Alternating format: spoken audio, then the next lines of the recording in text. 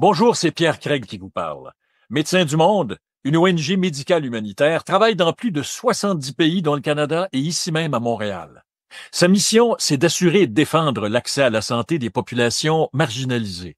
Dans ce but, Médecins du Monde veut donner à ces populations la capacité d'agir, de revendiquer leurs droits à la santé, puis aussi les accompagner dans leur lutte pour l'accès universel aux soins. Aujourd'hui, Médecins du Monde nous demande de regarder la question de la consommation des drogues sous l'angle de leur décriminalisation.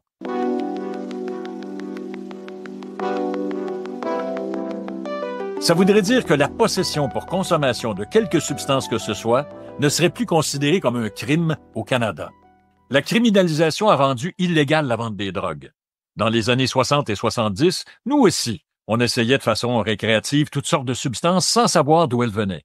Acide, mescaline ou alors THC synthétique. Mais les substances achetées à cette époque sur le marché illégal n'étaient pas aussi puissantes qu'aujourd'hui. Depuis 2016, 40 000 Canadiens sont morts de surdose. Et ça, c'est plus de 20 personnes par jour au Canada qui meurent de surdose. Le 22 décembre 2023, Mathis Boivin, 15 ans, est mort après avoir avalé un comprimé d'isotonitazène, un opioïde synthétique plus puissant que le fentanyl, déjà considéré comme une drogue tueuse. Il croyait avoir acheté de l'oxycodone, un antidouleur qui provoque une sorte de trippe. Quel jeune va demander à un ami qui ne consomme pas, à un parent ou à un prof, si la pilule qu'il a achetée lui semble OK pour consommation? Dans une culture de la criminalisation, tout doit se faire en secret. Ce ne sont pas seulement les drogues elles-mêmes que la société rejette, mais aussi ceux qui les consomment. Résultat, si un utilisateur de drogue a un problème, il n'appellera sans doute pas à l'aide. S'il a un problème de santé ou souhaite s'informer sur une façon de mieux encadrer sa consommation, il évitera le système de santé où il sera probablement stigmatisé. Alexandra connaît tout cela très bien. Elle est père aidante chez Dopamine, un organisme communautaire créé à Montréal pour accueillir, soutenir et accompagner les utilisateurs de drogue. Toi, tu te vois comment aujourd'hui? Mais je sais pas, la perception que j'ai de moi-même. En fait, je suis beaucoup dans l'acceptation de moi. Mais de la consommation, d'avoir accepté ma consommation, d'avoir accepté de vivre avec plutôt que de m'imposer, de me l'enlever, ce qui ne m'allait pas du tout. Ça me faisait paniquer, puis c'était de pire en pire. Puis à partir du moment où je pense que je l'ai accepté, j'ai commencé à l'assumer, je me jugeais moins durement. Puis je pense que le jugement que j'avais en fait de moi-même, c'est surtout la peur de ce que les autres pensaient de moi. Peux-tu me parler de ça? Moi, en tout cas, j'ai vécu ça comme ça. Je sais pas pour parler pour les autres. Mais moi, je me suis sentie vraiment jugée puis condamnée là, par mes choix de vie, en fait. Que ce soit... Bon, parce que quand on consomme beaucoup, à un moment donné, pour se procurer des drogues, ça prend de l'argent. Alors, on trouve l'argent comme on peut. Moi, j'ai choisi la prostitution. Bon, au travers de la prostitution, on rencontre Monsieur Tout-le-Monde, qui, lui, est dans une vie parallèle, puis qui va te renvoyer une image négative de toi-même. Puis à force de recevoir ces images négatives de nous-mêmes, ben on vient qu'à pas s'aimer beaucoup, en tout cas. T'es poli pour toi-même? Je suis poli pour moi-même, oui. Ouais.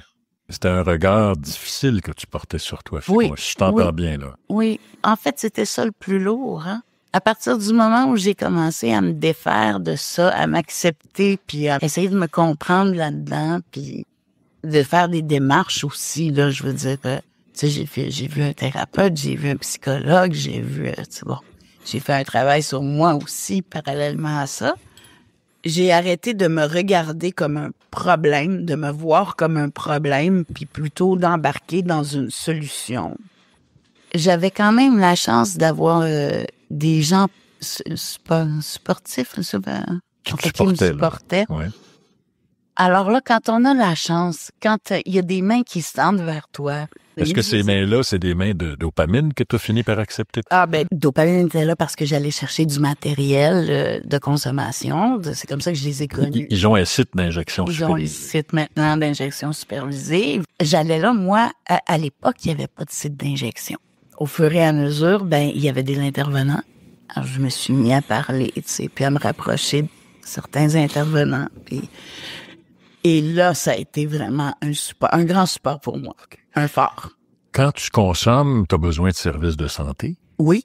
tu as besoin de la pharmacie, tu as besoin peut-être de l'hôpital une fois de temps en temps, je ne sais pas. Peux-tu me dire comment ça se passait pour toi? Ben, pour moi, ça se passait que même si on a besoin du service de santé, d'y aller, c'était autre chose. Heureusement qu'il y a eu des infirmiers et des médecins qui sont venus à nous, qui viennent dans la rue. Mais je veux juste revenir là-dessus. Tu dis y aller, c'était quelque chose. Qu'est-ce que tu veux dire par là?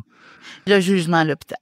J'allais à l'hôpital Saint-Luc, qui était réputé à l'époque pour être un hôpital qui s'occupait des gens qui consomment. Et puis, c'est l'endroit où je me suis sentie le plus jugée. Ah ouais. Ouais. Puis la pharmacie, tu y allais aussi? La pharmacie, c'était moins pire. Mais je te dirais que non, l'hôpital, c'était le pire. Au point où tu t'empêchais d'y aller quand tu en avais besoin? Au point où, oui, si je pouvais vraiment l'éviter en allant voir des médecins de proximité ou des infirmières de proximité, je préférais de loin faire affaire avec eux. Tu as parlé du regard, là, le jugement, la stigmatisation. Oui. On va mettre le mot dessus. Là. Quand tu allais surtout à l'hôpital, tu avais déjà assez du regard que tu portais sur toi-même, dont tu m'as parlé aussi. Oui. Ça finit par être lourd. Mais à dopamine, c'était quoi les regards? Ah, c'est pas du tout ça. Ah non, là, on tombe dans complètement d'autres choses. C'est pour ça aussi qu'on s'ouvre, qu'on finit par s'ouvrir à quelqu'un là-bas. Justement, pas de jugement. T'es accueilli pour qui tu es. T'es accueilli comme autre chose qu'une utilisatrice. Exactement. T'es accueilli comme une personne à part entière, comme toi, comme moi, comme tout le monde. Puis là, ton visage s'illumine. Alors que depuis le début, quand tu me racontes ce que tu as vécu, il était fermé ton visage. Mais là, tu as le sourire dans le visage puis tu te sens bien. Oui. Juste à mentionner ça. Oui. Ben parce que ça fait toute la différence. Si les gens, au lieu de juger, nous accueillaient, déjà, là, ça... Qu'est-ce qu'on pourrait faire pour que parce que dopamine, c'est un milieu fermé. Oui. La société, c'est vaste. Qu'est-ce qu'on pourrait faire? Comment on pourrait amener les gens tranquillement à changer leur regard? En ayant une conversation, une discussion avec eux. Il faut discuter, hein, je pense. Il faut... Moi, je dis tout le temps, il faut ouvrir la lumière, là. Je reviens à ce que tu m'as dit. Les familles me regardent, le dépanneur, l'hôpital, les infirmières, peut-être certains médecins, pas les médecins de proximité, mais bon.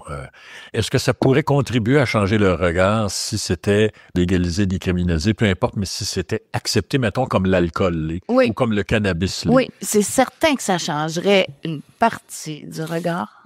Oui. C'est vrai, il y a personne qui regarde personne en les jugeant. Ah ben tiens, il s'en va à la Société des alcools. Eh non.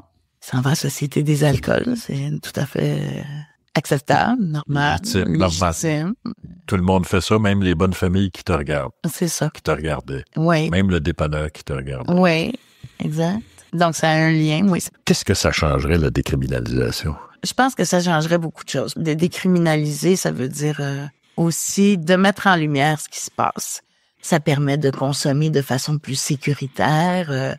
Au lieu de te consommer caché chez toi, tu peux consommer dans un site d'injection où est-ce qu'il y a des gens qui vont te prendre en charge si jamais il y a une overdose ou s'il y a quelque chose qui est, tu sais, bon, ça changerait probablement le cas des overdoses aussi parce que la drogue serait à ce moment-là probablement contrôlée. Puis on saurait qu'est-ce qu'il y a dedans au lieu que maintenant avec le fentanyl puis tous les sous-produits là qu'on trouve. On sait plus où est-ce qu'on s'en va, puis c'est très dangereux. Ça changerait ça, je pense. Déjà, ça serait pas pire parce que il y a un taux énorme d'overdose. Puis savez-vous qu'en site d'injection, le taux de mort, il y en a 0. Alors que partout ailleurs, quand on se cache parce que c'est criminel, ben voilà ce qui arrive. Donc, ça arrêterait l'insécurité, la menace sur la santé, sur la sécurité, parce que je présume que quand tu vas dans les pioles que tu décris, il peut se passer toutes sortes de choses. Pour le regard que tu portes sur toi, est-ce que ça changerait quelque chose? Oui, mais ça serait moins pesant, beaucoup moins lourd. Déjà, là, le travail à faire sur soi avec le jugement des autres, là, c'est énorme. Fait que s'il y avait ce travail-là à faire en moins, si ça c'était allégé, là, on pourrait davantage se concentrer sur soi puis trouver des solutions à notre problème. Merci beaucoup. C'est mon plaisir.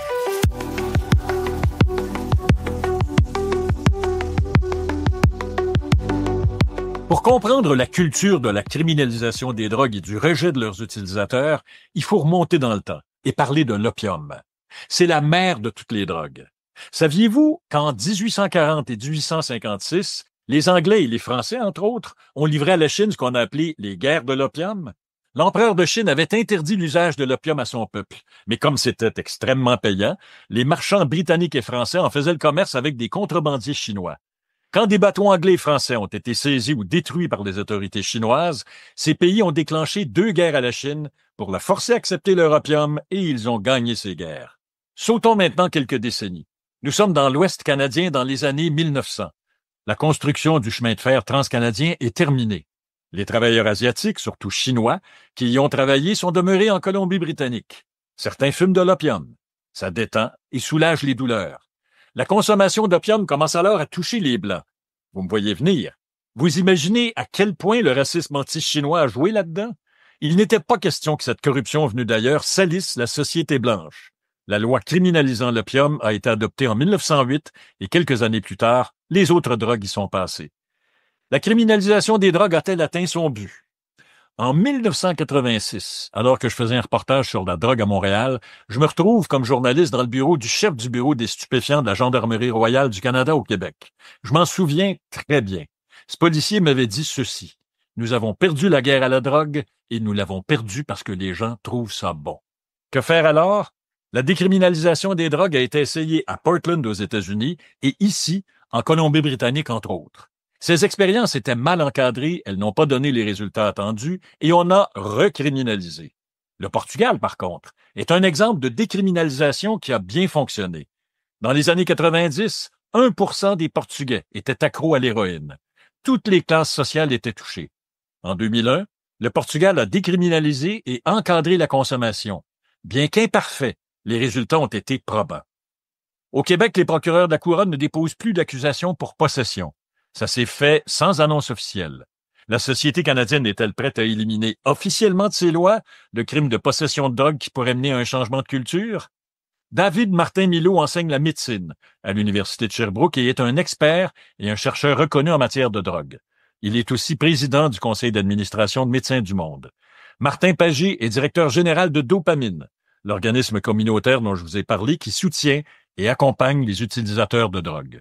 Bonjour Martin et David Martin. Bonjour. Si on regarde ce dossier-là, une des choses qui est frappante, c'est que la criminalisation de l'utilisation des drogues, ça date du début du 20e siècle, d'après ce que j'ai vu.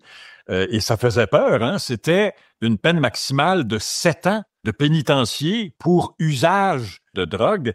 Ben là, on est près de 120 ans plus tard. On est en 2000, si on regarde 2023, au Canada, il y a eu plus de 8000 morts liées à l'utilisation des drogues. Et ça, c'est 22 morts par jour. Alors, est-ce qu'on peut considérer, partant de ces chiffres-là, que la criminalisation, c'est un échec total, David Martin? Oui, mais en fait, il y a plusieurs écrits scientifiques maintenant. C'est même reconnu dans les instances officielles, en fait, comme quoi la prohibition, ça a été un échec, disons, du moins pour des objectifs de santé publique, de sécurité publique, où qu'on essaie d'offrir des services à des personnes qui ont des enjeux avec leur consommation. On n'est plus dans le jugement non plus de si tu consommes, tu as nécessairement un problème. On est ailleurs, mais ce qu'on voit, c'est que le cadre légal n'a peut-être pas suivi tout ça et que avec la criminalisation, en effet, on se retrouve à marginaliser une consommation qui devient cachée, qui devient aussi beaucoup plus dangereuse avec des produits qui, eux aussi, sont interdits. Et donc, le marché noir, lui, continue de foisonner dans ce champ libre-là et de produire des drogues qui sont de plus en plus, qui créent de plus en plus de dépendance, de plus en plus aussi de décès. Donc, oui, on voit, en fait, je pense, un effet secondaire très marqué de la prohibition dans ces malheureux décès, en fait.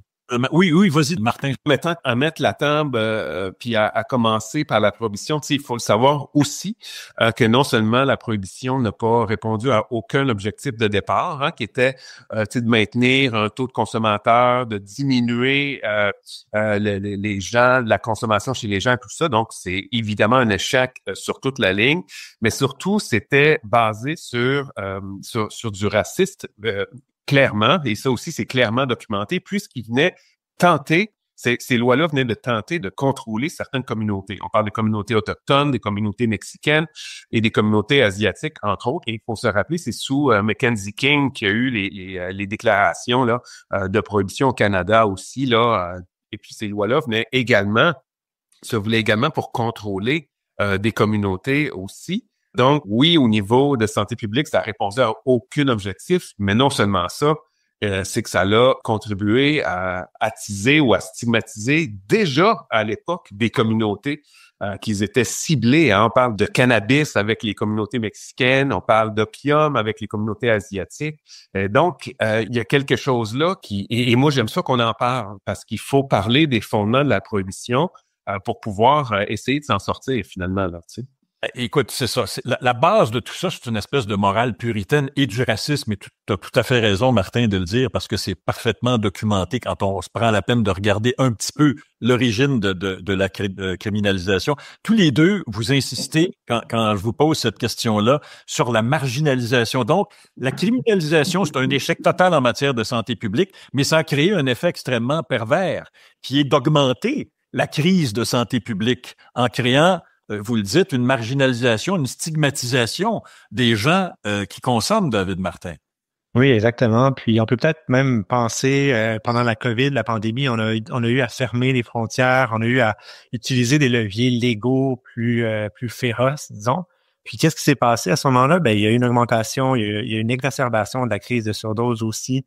C'est peut-être juste un petit exemple plus récent, en fait, qui nous montre à quel point, justement, les effets pervers sont réels. Parce que ce qu'on a vu, c'est que les routes de distribution des substances ont été coupées. C'est le fait qu'on avait un pool de personnes dépendantes à des substances qui n'avaient plus rien, en fait, à consommer. Et donc, des nouveaux producteurs qui avaient aucune expérience, qui arrivent sur le marché, qui veulent rendre des clients de plus en plus dépendants, donc vont essayer des substances qui sont encore plus addictogènes et vont entraîner donc des décès. Donc, on a un petit exemple ici comme quoi, pendant toutes ces années-là, à force d'utiliser des leviers one size fits all, des leviers globaux, légaux, on a pu avoir des effets qu'on a très peu mesurés pendant longtemps, malheureusement, puis qu'on a dû constater quand c'est devenu une crise qui allait presque au-delà de nos capacités à gérer. Martin, tu vois des utilisateurs de substances psychoactives tous les jours dans ta vie professionnelle. Quand on parle de marginalisation, stigmatisation, c'est des mots, là. Si tu voulais faire comprendre à des gens qui sont complètement étrangers à ce monde-là, qu'est-ce que ça veut dire en pratique? Qu'est-ce que tu me dirais? Évidemment qu'on on parle d'une lunette de santé parce que avoir ces façons de répression-là, ça joue beaucoup sur les déterminants de la santé et autres. Mais au niveau social, les impacts sont hallucinants puisque les gens qui se retrouvent avec un casier judiciaire pour avoir consommé sur la voie publique ou ça peut être juste pour possession de drogue et là, c'est une chaîne sociale. Hein? Tu as un casier criminel, tu as de la misère à trouver un emploi, tu as de la misère à trouver un emploi, tu as de la misère à trouver un appartement. Donc, la chaîne des méfaits, elle est immense puisque on peut commencer à un très bas âge. Hein? Il y a des gens qui sont déjà criminalisés, sont même pas en passage adulte, hein? Sont à l'adolescence. Et là, c'est une chaîne qui embarque. Et puis, après ça, les dommages se font à tous les niveaux sociaux. Donc, de l'emploi, du logement, etc., des études même, etc. Donc, les méfaits sont immenses sur un départ, hein, on le répète, sur un départ de moralité que c'est pas bien. Et bon, voilà. Et donc, moi, je fais toujours le parallèle avec l'alcool. Tu sais, si un jeune fait une gaffe avec de l'alcool, on va pas se mettre à militer pour mettre l'alcool illégal dans notre société. La drogue, c'est tout de suite ça. Hein? Tout de suite, le couvert moral de dire ça va attaquer nos jeunes, ça va... mais qu'en est-il de l'alcool, le tabac, entre autres, hein, qui est des substances un peu qu'on peut avoir des parallèles. Donc, on se met pas... j'ai pas vu de mouvement pour militer contre... le tabac, oui, un peu plus, mais l'alcool, j'ai jamais vu de mouvement qui se disait faut rendre ce produit-là illégal parce que ça crée des dommages chez nos jeunes. Mais l'alcool fait des ravages aussi ou fait des méfaits importants chez les jeunes. Et pourtant, ça, on n'apporte pas ce chapeau moral-là. Est-ce que un des pires effets de cette morale, de cette criminalisation, donc du fait que les consommateurs de drogues psychoactives sont considérés comme criminels, là, un des pires effets, c'est pas... Puis là, je prends un autre mot et je le prends en dessin pour faire comprendre aux gens, si jamais ils le voient dans un article de journal, ce qui veut dire, ce que vous appelez la désaffiliation. C'est-à-dire que les gens qui devraient peut-être aller chercher des traitements en santé mentale ou physique pour la consommation, s'ils veulent s'en débarrasser, ils vont juste pas y aller à l'hôpital. Et pourquoi ils vont pas y aller? Moi, j'aime pas beaucoup le mot désaffiliation, là, mais... Ouais, mais ça ferait peut-être faire un lien avec un élément justement de la stigmatisation dont on parlait tout à l'heure. Tu sais, la stigmatisation, on le voit souvent au niveau social. Tu sais, un groupe, par exemple, ou la société, des personnes, tu sais, le citoyen lambda dont on parle des fois, va juger, dans le fond, va à partir d'idées préconçues, de stéréotypes, va prendre ces stéréotypes-là puis les transformer justement en quelque chose de négatif envers les personnes qui utilisent des substances. C'est ce qu'on appelle la stigmatisation plus sociale. Ça crée la stigmatisation interpersonnelle aussi. Ah, ben, tu sais, vu que c'est ce que pensent les gens dans la société, ben, moi aussi, je vais penser ça, puis je vais voir la personne qui consomme dans la ruelle ou dans tel organisme, puis je vais la juger négativement. Puis, faut pas oublier qu'il y a aussi la stigmatisation systémique. Là, c'est un mot qu'on a peur de dire bien souvent dans les médias ou au niveau politique. Mais de dire qu'il y a une discrimination systémique, c'est pas que chaque individu est en soi quelqu'un qui discrimine à tous les jours, son schème de pensée complet est autour de la discrimination. C'est de dire qu'on a des interventions qui vont moins cibler telle personne, il va y avoir moins de budget attribué à ça. Il va y avoir, il y aura pas de guidelines ou de lignes directrices pour pouvoir répondre à tel besoin. Ça, c'est la discrimination systémique qui existe par rapport à la consommation de substances. Mais quand on parle de désaffiliation sociale, c'est le fait de se retirer d'un groupe social, donc un groupe qui a des paramètres dont il partage ou des intérêts partagés, de se retirer de ce groupe-là parce qu'on s'y reconnaît plus. Puis, en fait, ça, c'est lié peut-être à une stigmatisation qu'on finit par internaliser. On se reconnaît plus nous-mêmes par rapport à un groupe.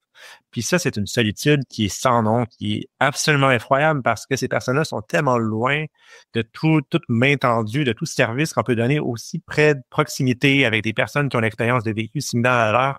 Il y a des gens qui demeurent quand même en dehors de ça, puis qui vont pas dans les ressources communautaires, puis qui finissent justement par être seuls, puis à consommer seuls, puis à mourir seuls d'une surdose. Martin, bon, t'as dit j'aime pas le mot désaffiliation. Dis-moi pourquoi, puis mais explique-moi les gens là qui consomment et qui veulent s'en sortir, parce qu'on pourrait parler des gens qui consomment et qui continuent à mener une vie, tu sais, je veux dire, t'es pas obligé de nécessairement, j'imagine, là, il faut que j'aille à l'hôpital, absolument, mais il y a peut-être des besoins, des gens ont peut-être des besoins en santé, qu'elles soient des besoins en santé mentale ou en santé physique. Est-ce qu'ils vont à l'hôpital, les gens que tu connais, facilement? Premièrement, tu sais, là, c'est de la sémantique, on joue, bon, je joue pas avec les mots, mais on parle de mots. Moi, je parle plus de rupture, tu sais, avec ça, parce que la désaffiliation, ça peut aussi penser que comme si il y a un système de pensée dominant, que c'est lui qui est le bon, et toi, tu ne fites pas, donc tu te désaffilies.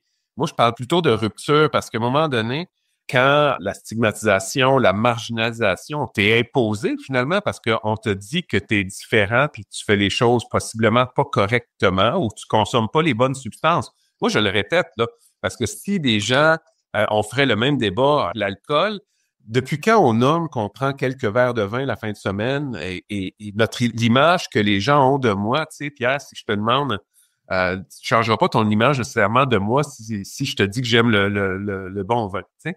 Par contre, si je te dis que je consomme de l'héroïne ou de la cocaïne la fin de semaine, tout de suite, il va avoir une lunette de pas correct, peut-être pas fiable, pas de confiance, il va me voler et tout ça. Donc, c'est à quel point de dire que la substance stigmatise parce que je pourrais abuser de l'alcool toute ma fin de semaine, puis ton image de moi changerait pas, du moins que si je te dirais je pars sur des go de cocaïne ou d'héroïne à la fin de semaine.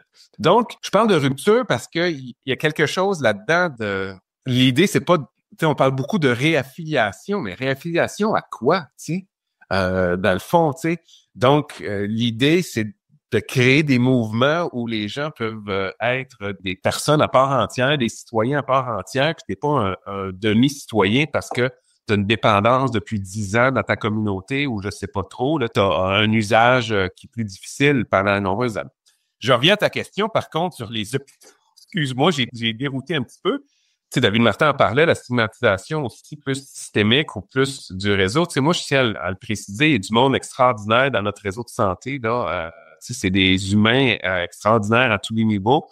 Il y a une structure qui pèse au-dessus de ces personnes-là, ces professionnels-là aussi, qui fait en sorte que les personnes, quand ils sortent un peu de la case ou de la marge, ou c'est moins compréhensible, ben sont souvent stigmatisés ou même voire exclus aussi d'une salle d'urgence. Tu sais, peut-être, tu sais, je vais le dire comme ça, d'une détresse mentale, alors que tu te retrouves dans une urgence physique, tu sais, entre guillemets, on pourrait se poser les questions de comment qu'on accueille ces personnes-là, mais il y a souvent des situations traumatisantes même que les personnes vivent, ce qui fait en sorte que, selon moi, la désaffiliation ou la rupture peut se créer petit à petit. On a donc un système qui nous fait croire, je vais le dire comme ça, qui veut aider la société et aider tout le monde, mais qui, dans le fond, contribue à la mort de beaucoup de monde. On parle d'un minimum de 22 morts par jour au Canada, là.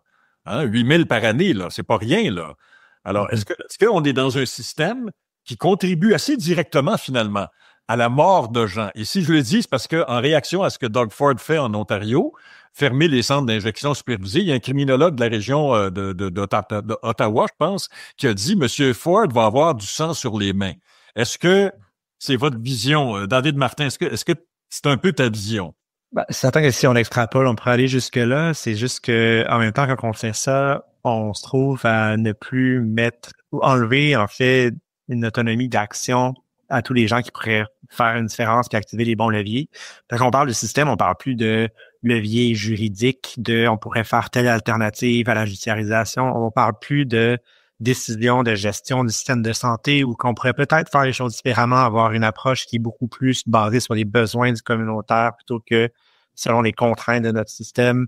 Donc, c'est certain que si on met tous ces systèmes-là ensemble, ben oui, en fait, il y a beaucoup d'éléments de déterminants ou de facteurs qu'on dit systémiques dans nos systèmes juridiques de santé, dans le système de toutes sortes, même de santé publique, qui viennent compliquer l'accès aux services, qui viennent empirer des phénomènes de consommation qui sont problématiques, qui viennent retirer des capacités à des personnes de pouvoir avoir accès justement à des professionnels qui pourraient les aider. Donc, en ce sens-là, ça fait un lien direct avec cette discrimination systémique dont on parlait un peu plus tôt. Puis, en effet, on pourrait dire ça, mais comme je vous disais, je pense qu'on est mieux de parler de leviers d'action qui sont pris ou qui ne sont pas pris, parfois par ignorance, mais parfois aussi de façon volontaire, pour finalement venir punir, venir appliquer une logique qui n'a aucun sens et qui n'est pas du tout aidante à les personnes qui utilisent des substances. Vas-y, Martin. Ben, parce que il y a plusieurs choses Pierre, là, dans ce que tu amènes, selon moi. C'est qu'il y a, dans le système, il y a beaucoup de choses à aller à travailler. Mais si on travaille de façon un petit peu, là, un petit peu plus, pas hiérarchique, là, c'est pas le bon terme, mais je veux dire, dans l'ordre, tu sais, en ce moment, il y a des mauvaises politiques. Puis des mauvaises politiques, ben c'est des mauvaises politiques. Et c'est Carl Hart, là, l'Américain, qui disait changing drug law, c'est changer le monde. Donc, changer les politiques sur les drogues, c'est changer le monde. Donc, il y a un départ à quelque part là. Après ça, dans nos systèmes de santé judiciaire et tout ça, ben il y a une réhabilitation à faire, tu sais, si ce n'est qu'au niveau du langage, au niveau de l'histoire. Tu sais, on en a parlé un petit peu. Tu sais, moi, je passerai un thème sur la prohibition puis sur le départ de la prohibition parce que je pense que les gens doivent comprendre d'où ça vient, cette moralité-là. Et c'est pas fondé sur de la science. Cette moralité-là, elle est fondée sur des lois raciales, des contrôles de communauté, on l'a dit tantôt. Donc, là, il y a un langage à retrouver, selon moi, à mon humble avis, il y a un langage à retrouver dans nos systèmes. Il y a une histoire à raconter pour que ça pénètre nos systèmes, tu sais, de santé, de justice et tout ça, pour se permettre de changer nos façons de voir les choses. Mais ça commence, selon moi, par changer des politiques. Donc, il y a plusieurs couches, à mon humble avis. Il y a la couche sur les lois qu'il faut regarder, qu'il faut cesser. depuis quand on maintient une loi de 120 ans sans aucun résultat? Tu sais, il y a des gens qui veulent même pas regarder, tu sais. Moi, je dis pas qu'il faut tout être de la même longueur d'onde, on peut débattre. Mais il y a des gens de la moralité qui veulent même pas débattre de cette question-là. Et ça, pour moi, c'est un des pires méfaits globaux. Et là, tu parles des morts au Canada et dans nos communautés. Donc, il y a quelque chose à regarder là. Il y a plusieurs couches à regarder. Donc, pour moi, c'est sûr que la couche sur les lois est à regarder. Après ça, on a tout un rétablissement à faire dans nos systèmes pour que les gens regagnent la confiance du système aussi et soient perçus comme des citoyens à part entière et puis qu'ils ont leur propre réalité, leur vécu, leur expérience, etc. Il y a une chose qui m'apparaît certaine, en tout cas, ça peut pas continuer comme ça. Je pense que beaucoup de gens le disent, mais il y a quand même des gens qui ne se le disent pas, mais je pense que clairement, là, si on est un petit peu attentif, ça ne peut pas continuer comme ça. Il m'apparaît qu'il y a comme deux camps. Il y a le camp de ceux comme vous deux qui vont parler déjudiciarisation, décriminalisation, légalisation, puis on s'expliquera un petit peu là-dessus, là, pour les mots. Et il y a ceux, puis je pense par exemple à Doug Ford en Ontario qui le dit, et Pierre Poilievre qui le dit, probablement le futur premier ministre du pays. Ce camp-là dit, il faut donner des traitements, il faut traiter ces gens-là pour les sortir de la drogue. Bon.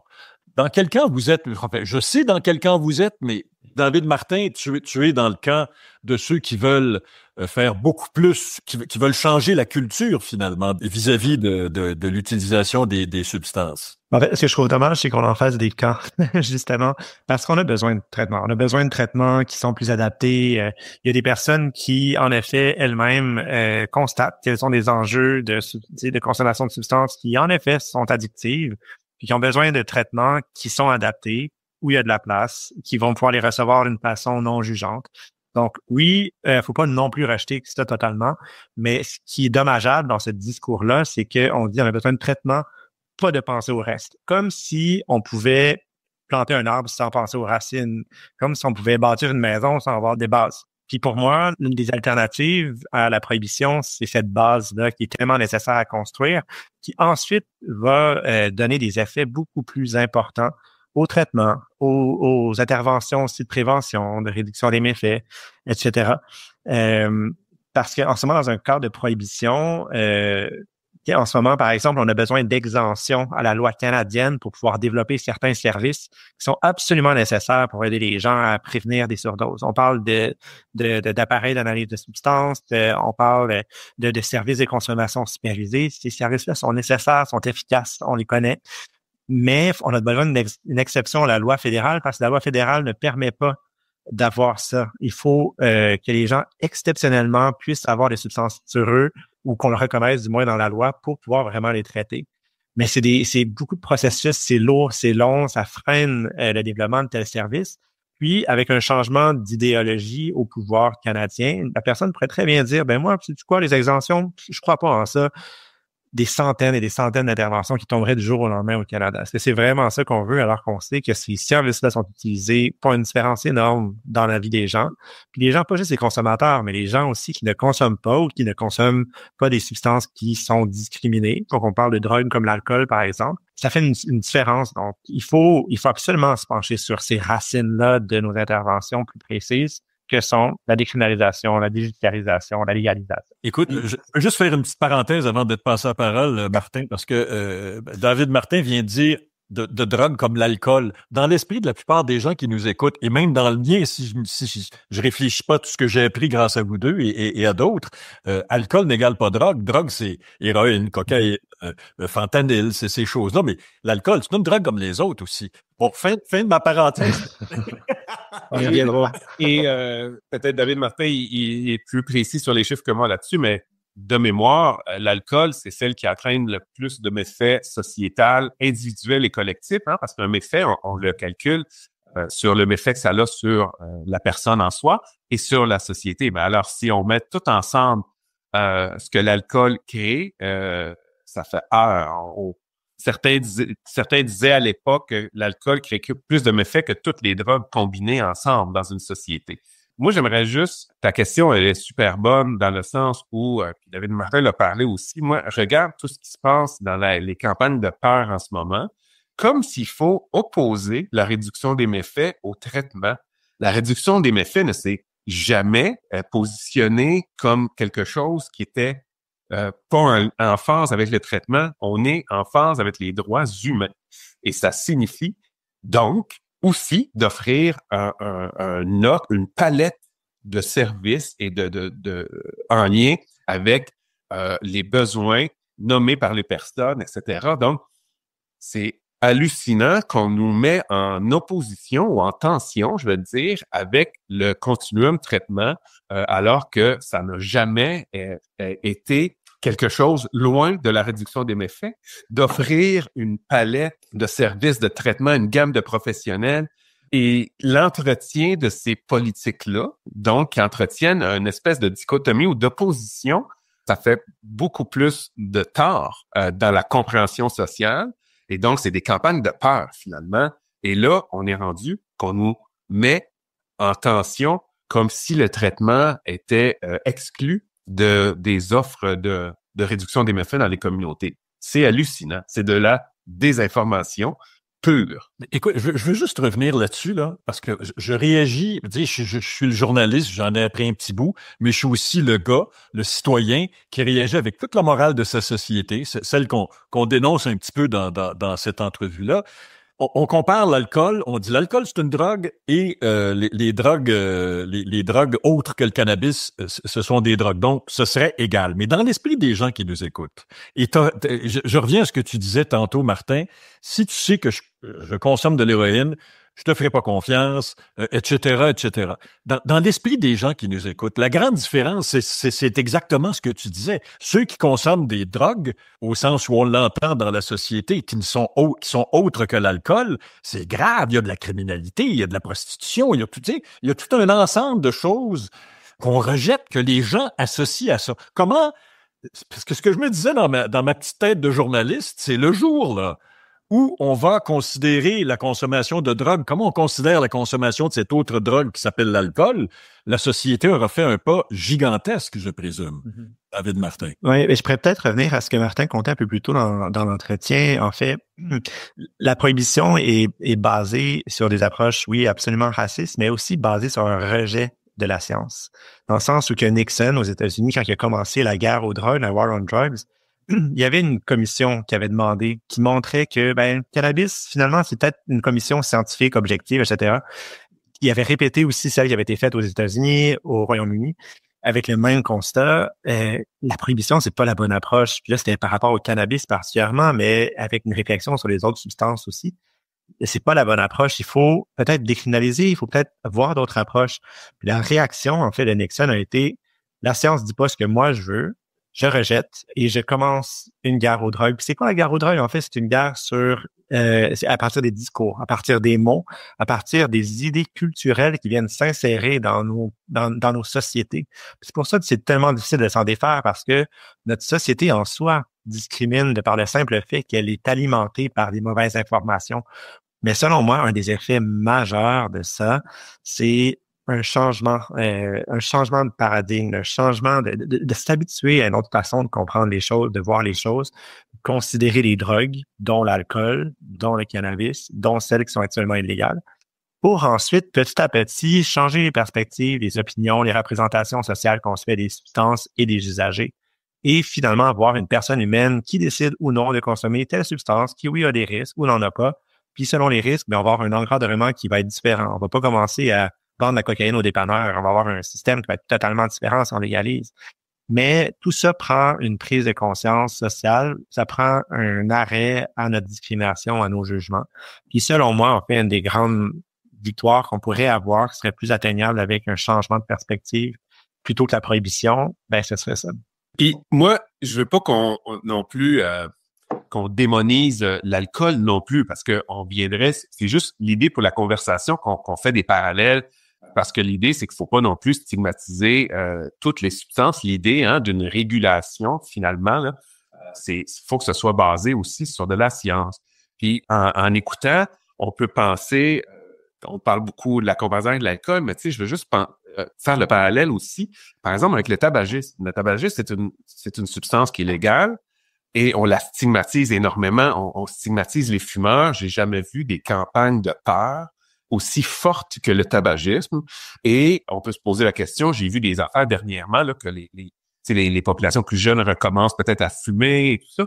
Donc, on peut-tu se poser des questions une fois pour toutes que la stigmatisation, que les campagnes de peur ne fonctionnent pas, ou du moins pénètrent pas les communautés comme on le souhaiterait? On peut-tu, justement, comme David Martin disait, se baser sur la science? Et on le sait que le tabac crée des dommages aussi. Fait, à la place de faire des paquets de cigarettes avec des zombies ou des affaires on peut-tu croire à une prévention? Hein? On veut tout de suite des effets sur la prévention. Mais dans la science, la prévention fonctionne sur des années. Il faut être patient, il faut y croire que donner de la bonne information, puis donner des informations justes a un effet sur des communautés, sur des populations, etc. Mais ça aussi, on veut de la speed prévention, on veut quelque chose de choc tout de suite, mais on peut se poser la question comme société d'installer des préventions dans nos communautés. Ben, faut y croire, puis il y aura peut-être pas de résultats tout de suite, mais ça va venir. Il faut y croire que la science, tu sais, science is real. La science, elle est vraie. Il faut se baser là-dessus au lieu d'inventer toutes sortes de peurs ou d'y aller avec la peur. Encore une fois, que la moralité. Là, à ce stade-ci, on utilise des mots et des mots qui m'étaient étrangers il n'y a pas si longtemps. Déjudiciarisation, décriminalisation, légalisation. Vous allez me permettre, là, vous me corrigerez si je fais pas la bonne définition. Déjudiciarisation, c'est par exemple le ministre de la Justice du Québec, Jolin Barrette, qui dit au directeur des poursuites criminelles et pénales, le grand patron des procureurs de la Couronne, écoute, tu vas arrêter de poursuivre les gens qui ont pour possession aux fins de consommation. Ça, c'est ce qu'on appelle la déjudiciarisation. Bon, ça peut être un petit peu plus compliqué, mais grosso modo, me semble, ça ressemble à ça. La décriminalisation, ce serait officialiser ceci dans une loi ou un cadre légal qui dirait dorénavant, là, les amis, si vous consommez et vous possédez aux fins de consommation, vous ne serez pas poursuivis. La loi va vous exempter de poursuite. La légalisation, c'est facile pour les Canadiens de comprendre parce que le cannabis est légalisé. C'est-à-dire que il y a tout le secteur, toute la production est légalisée, encadrée, la consommation est permise, il y a des magasins de la SQDC au Québec, etc. C'est à peu près ça là, que la définition, mes définitions sont à peu près bonnes. Vous préconisez quoi? Parce que là, on arrive, qu'est-ce qu'on pourrait faire, là? On s'est dit, ça peut plus continuer, ça n'a pas de bon sens. David Martin, qu'est-ce que tu préconises? En fait, il y a plusieurs discussions qu'on pourrait avoir là-dessus parce que, justement, le débat est à faire. Faut dire, chez nous, en fait, je suis ici avec mon chapeau de président du conseil d'administration de Médecins du Monde. Chez nous, on a décidé de préconiser une décriminalisation justement parce que face à une situation d'urgence actuelle, on juge que d'enlever le fardeau, en fait, sur les personnes qui sont les plus stigmatisées de façon plus urgente, risque d'avoir des conséquences plus rapides, positives sur ces personnes-là. On est une organisation qui donne des services de santé aussi, qu'on a de la difficulté à rejoindre certaines personnes qui sont extrêmement criminalisées, judiciarisées.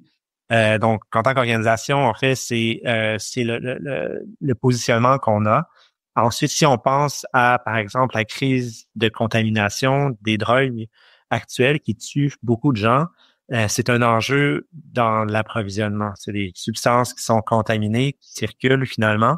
Donc, le fait d'enlever le fardeau de la judiciarisation sur les individus, ça va pas être la panacée pour la crise des surdoses, en fait.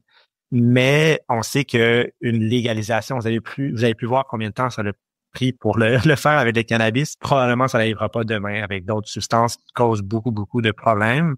Donc, on opte davantage là, pour une solution qui, on croit, est plus faisable à plus courte échéance, puis qui a des impacts sur les individus, puis qui permet aussi aux individus d'eux-mêmes identifier des solutions, de changer leur situation, parce que la différence entre la légalisation et la décriminalisation aussi, c'est que la légalisation s'intéresse à un système, production, distribution, etc., et aux activités de ce système-là, tandis que la décriminalisation s'intéresse aux individus, les gens qui ont le fardeau du crime, du dossier criminel sur leurs épaules.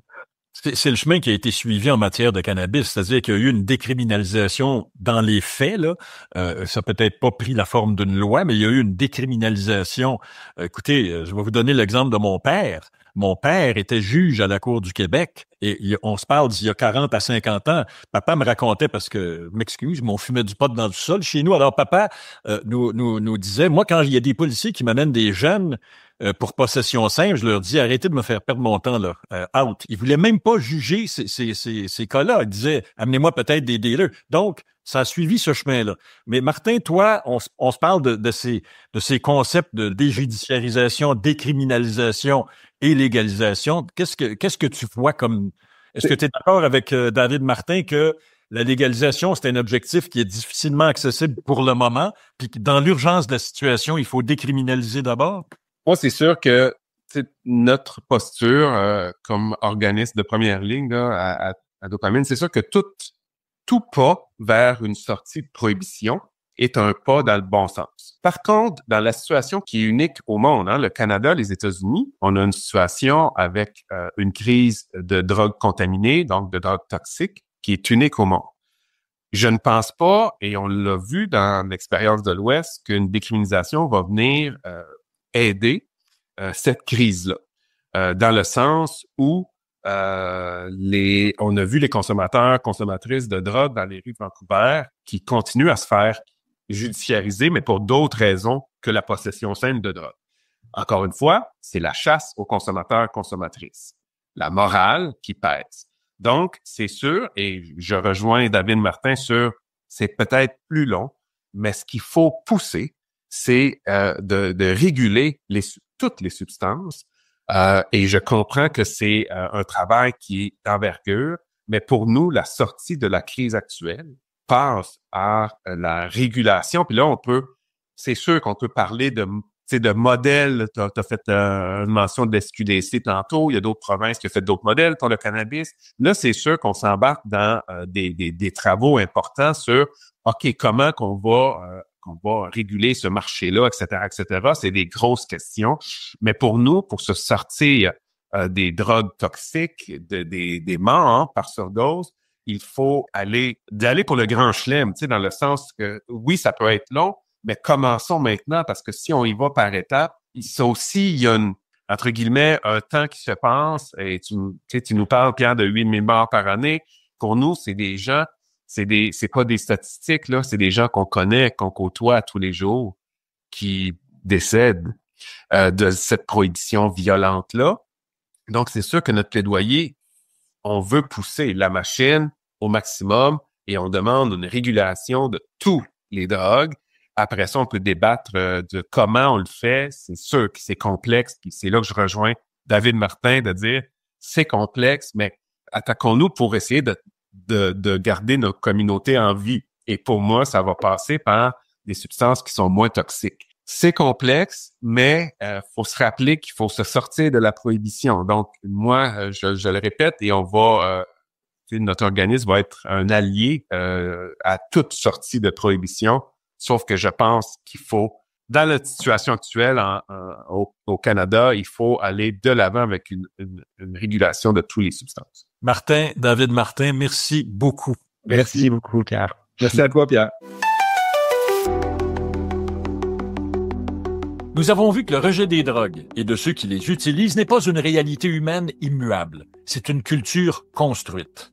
En criminalisant des substances que les gens désirent, nous avons créé un marché illégal. Ce marché et le crime organisé qu'il contrôle ont renforcé notre culture du rejet. La consommation excessive de drogue, amenée entre autres par des problèmes de vie, mais aussi de plus en plus massivement par la dégradation des conditions socio-économiques, contribue elle aussi au durcissement de nos perceptions du monde des drogues et de leurs utilisateurs. Mais à 22 morts par jour au minimum au Canada, on ne peut plus accepter qu'une partie de nos concitoyens soit stigmatisée au point où il leur est difficile de faire respecter leurs droits à des soins de santé. Que l'on soit utilisateur de substances, consommateur d'alcool ou que l'on s'abstienne d'utiliser ces produits, nous faisons tous partie du même monde. Alors on fait quoi? Je vous ai dit qu'au Québec, le ministère de la Justice a demandé à ses procureurs de s'abstenir d'accuser des gens pour possession simple. La décriminalisation, c'est exactement cela. Le marché illégal continue d'être criminel, mais la possession pour consommation cesse d'être un crime. C'est un premier pas qui pourrait être le début d'un changement de culture. Sauf que la crise du logement, du panier d'épicerie et de l'itinérance couplée au manque criant de services en santé mentale amène un chaos. Nous avons peur Et cette peur renforce la distance que nous créons entre ceux qui consomment ces produits et nous. C'est peut-être là-dessus que nous devons tous travailler. Ici Pierre Craig, salut et à bientôt.